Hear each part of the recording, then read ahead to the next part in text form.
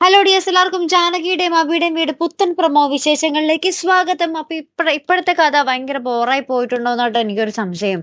ഇന്നത്തെ ഒരു പ്രൊമോയില് നമ്മൾ പതിവ് കാണുന്നത് പോലെ തന്നെ നമ്മുടെ എന്താ പറയാ അപർണയും നമ്മുടെ ജാനകിയും തമ്മിലുള്ള ഒരു വാക്ക് തർക്കം തന്നെയാട്ടോ. നമ്മുടെ ജാനകി പറയുന്നുണ്ട്, എന്റെ അമ്മ എങ്ങനത്തെ അവള് വേണമെങ്കിലും ആയിക്കോട്ടെ, എനിക്കറിയില്ല എങ്ങനത്തെ അവളാണെന്ന്.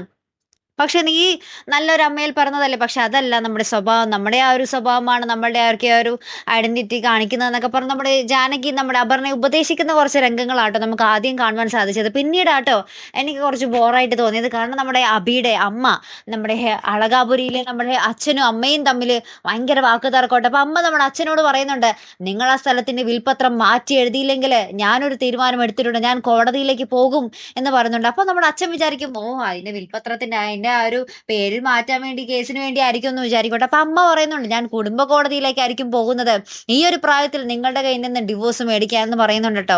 അങ്ങനത്തെ കുറച്ച് രംഗങ്ങൾ കേട്ടോ ഭയങ്കര സീരിയസ് ആയിട്ടാട്ടോ എല്ലാം പറയുന്നത്. പിന്നെ നമ്മുടെ അച്ഛനും അമ്മയും പിരിയുന്ന ഒരു അവസ്ഥ വരെ എത്തിയിട്ടുണ്ട്. എന്തായാലും ആ ഒരു സ്ഥലത്തിന് ഇത്രയ്ക്കും കൊണ്ടുപോകേണ്ട ഒരു ആവശ്യമുണ്ടോ? എന്തായാലും ഒരു മകന് തന്നെയല്ലേ കൊടുത്തിരിക്കുന്നത്, വേറെ പുറത്തുള്ള ആർക്കും ഒന്നും അല്ലല്ലോ.